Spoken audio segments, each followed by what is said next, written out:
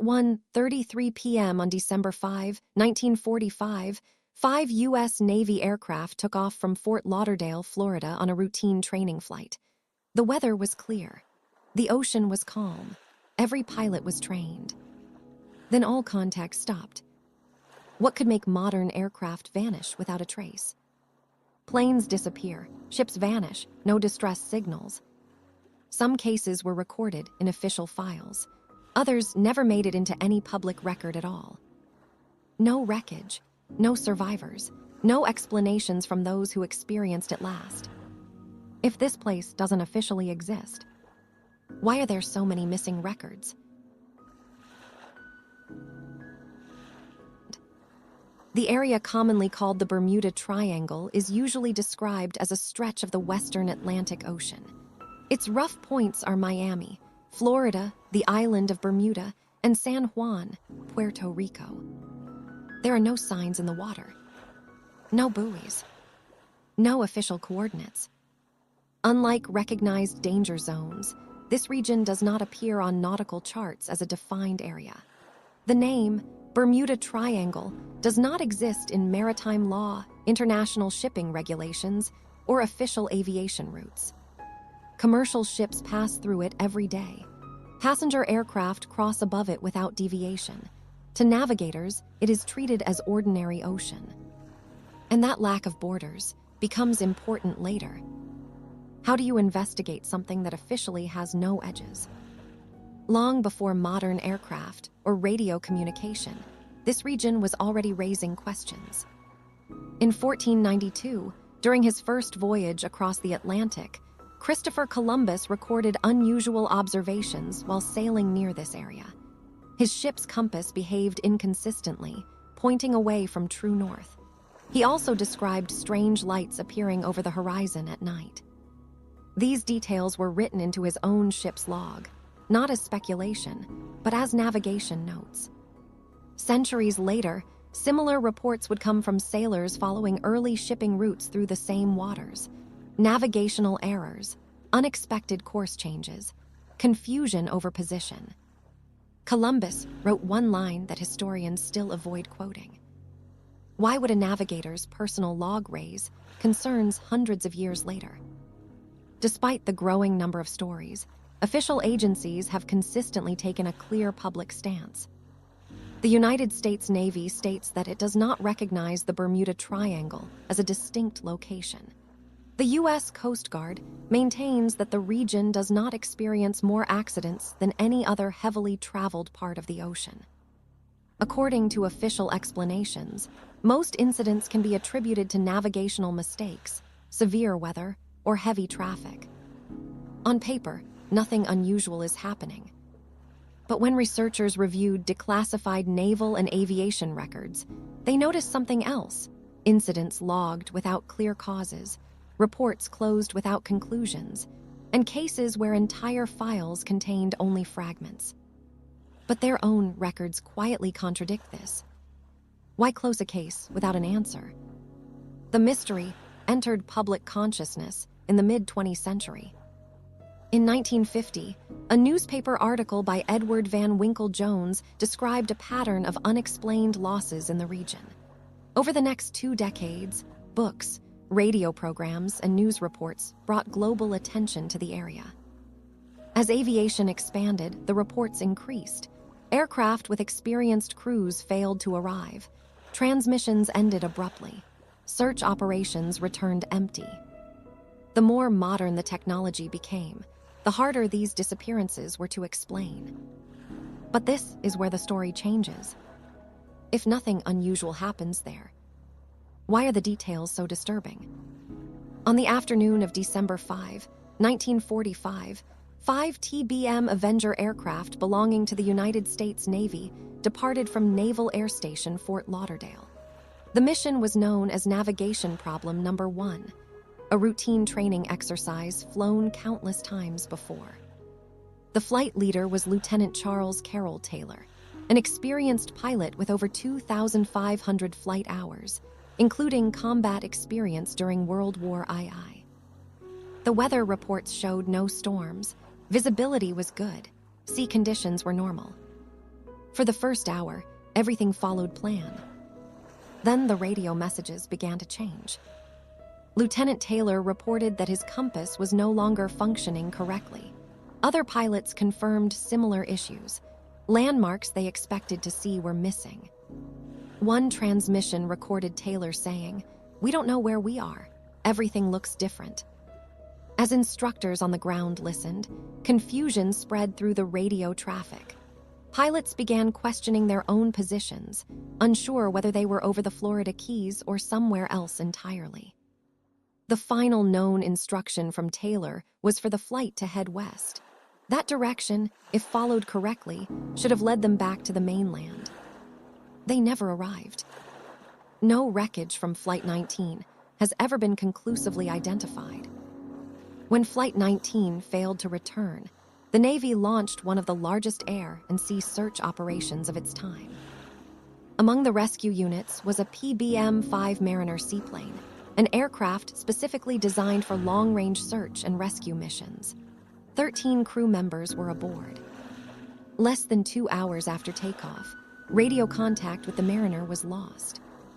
An oil slick was later reported by a nearby tanker, but no confirmed debris was recovered. The rescue aircraft, like the planes it was searching for, disappeared. In total, 27 men were lost in a single afternoon. No mechanical failure was officially confirmed. No final explanation was agreed upon. The Navy eventually closed the case. Nearly 3 decades earlier, another disappearance occurred in the same region, one that remains the largest non-combat loss of life in U.S. naval history. In March of 1918, the USS Cyclops departed the island of Barbados, bound for Baltimore, Maryland. The ship carried a cargo of manganese ore and a crew of 309 officers and sailors. The Cyclops was over 500 feet long, equipped with modern communication systems for its time, and commanded by Captain George W. Worley. No distress signal was ever sent. The ship did not arrive in Baltimore. It did not request assistance. It did not report mechanical failure. Despite extensive searches, no confirmed wreckage has ever been found. Naval investigators considered multiple possibilities: structural failure, cargo imbalance, weather, but no conclusion was reached.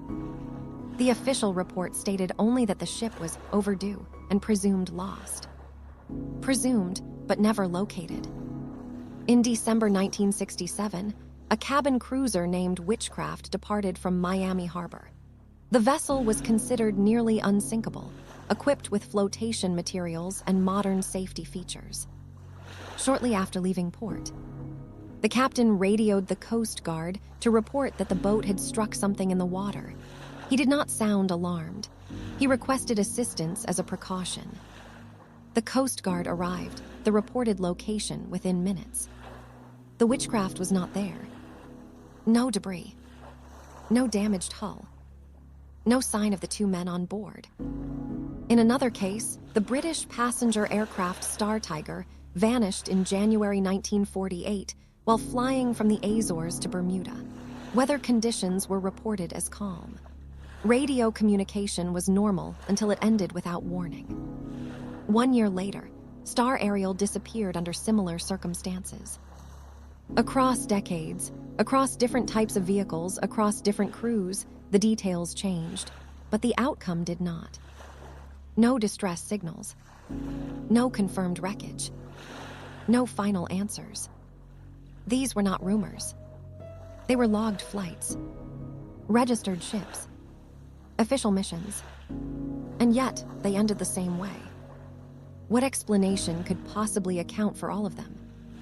For decades, researchers and scientists have argued that the disappearances in this region can be explained without invoking anything extraordinary. One explanation often cited is the presence of rogue waves. These are sudden walls of water, sometimes exceeding 30 meters in height, capable of overwhelming even large vessels. Modern satellite data confirms that such waves do exist and that they can form without warning. A ship caught broadside by one of these waves may not have time to send a distress signal. Another explanation is human error. This region is one of the most heavily traveled areas of the Atlantic. Shipping lanes intersect. Air routes overlap. A single miscalculation in navigation, especially before satellite tracking, could lead an aircraft or ship far off course. Fatigue, weather misjudgment, and overconfidence have all been documented as contributing factors in historical accidents. There is also the issue of traffic density. When thousands of ships and aircraft pass through the same region year after year, statistical probability alone suggests that accidents will occur. Some researchers argue that the so-called pattern exists only because attention has been focused here. But one scientific explanation creates more questions than answers. Unlike most places on Earth, this region lies close to an area where magnetic north and true north briefly align. Navigators rely on consistent magnetic behavior to determine direction, and even small deviations can compound over long distances. Pilots and sailors have reported compasses spinning, freezing, or pointing in conflicting directions. In several cases, multiple instruments failed at the same time. Modern science acknowledges that localized magnetic variations can interfere with navigation equipment, but the scale and timing of these reports remain difficult to reconcile. There are also accounts that challenge conventional explanations. Some pilots reported arriving earlier or later than expected, despite maintaining constant speed. Others described missing segments of flight time they could not account for. Some crews reported losing time. These accounts were logged, but rarely pursued. When conventional explanations failed to satisfy public curiosity, other theories emerged. One of the earliest suggests a connection to Atlantis, a lost civilization described by Plato. According to this idea, advanced structures or energy sources may exist beneath the ocean floor, interfering with navigation.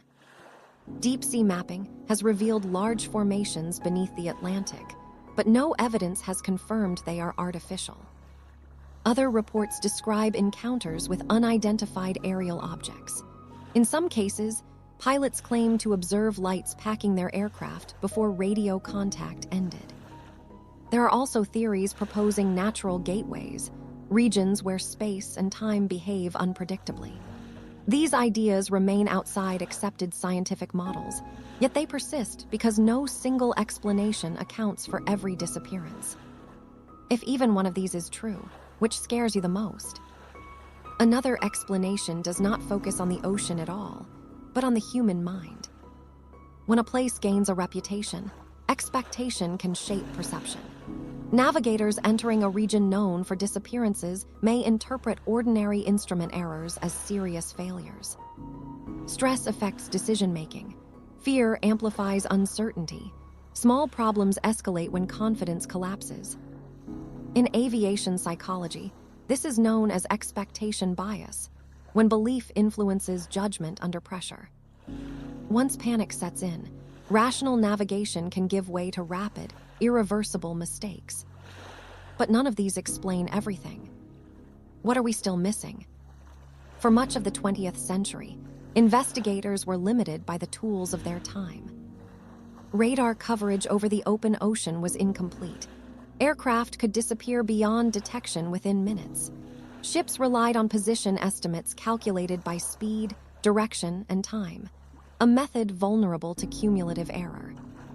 There were no satellites to confirm a plane's exact location, no digital tracking, no automatic distress beacons. When contact was lost, search teams were often working from the last estimated position, sometimes hundreds of miles from where the craft actually went down. In many cases, searches began hours later. By then, ocean currents could scatter debris far beyond the original area. This left investigators with uncertainty rather than evidence. Today, that excuse no longer exists. In recent decades, advances in oceanography have transformed how researchers view the seafloor beneath the Western Atlantic. High-resolution sonar mapping has revealed underwater terrain once thought impossible to chart. Steep drop-offs, deep trenches, and vast plains several kilometers below the surface. Researchers have identified hundreds of shipwrecks across this region, many preserved by cold, deep water. Some are well documented, their identities confirmed through hull numbers and historical records. Others are not. Some wrecks show damage patterns inconsistent with storms. Others are found far from their last known positions. But some wrecks don't match any known disappearance. These vessels appear in no shipping logs, no insurance claims, no missing crew reports. They exist only on the ocean floor. Today, nearly every commercial aircraft transmits its position continuously. Satellites track flight paths across the globe in real time. Emergency beacons activate automatically on impact. When incidents occur, investigators recover black box data, recordings of cockpit audio and flight parameters that document the final moments second by second. In the maritime world, automated identification systems log ship movements with similar precision. Researchers now use artificial intelligence to analyze decades of accident data, identifying patterns once invisible to human analysts. AI systems can compare weather conditions, traffic density, equipment failure rates, and human decision points across thousands of cases. For the first time, the triangle may be running out of places to hide. And yet, complete explanations remain elusive. Despite modern transparency, not all records are available for public review.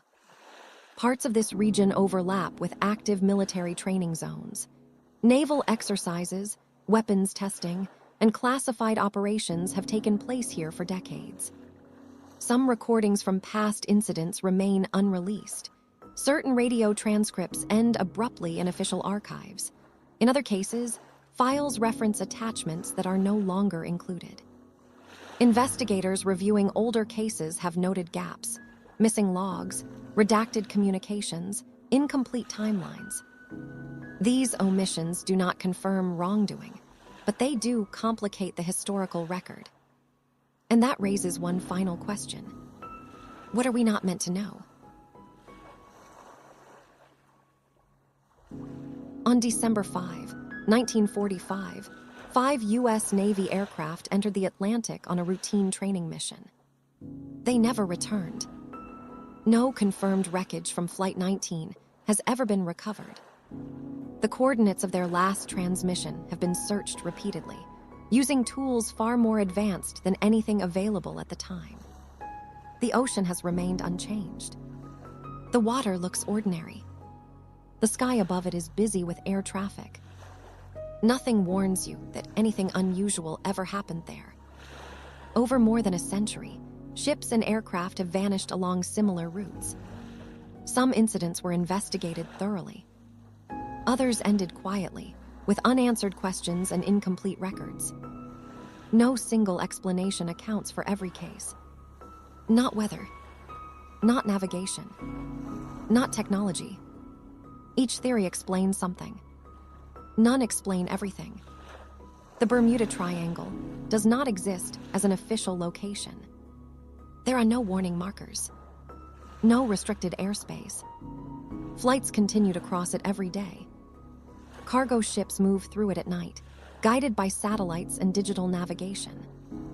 And yet, much of the ocean below remains unmapped. Much of its history remains unresolved. The Bermuda Triangle isn't marked on maps. Ships still cross its waters. Aircraft still pass overhead. And somewhere beneath the surface, answers may already exist. If stories like this matter to you, stories without easy answers, subscribe to the channel. New investigations are 3 times a week. What do you believe is happening there?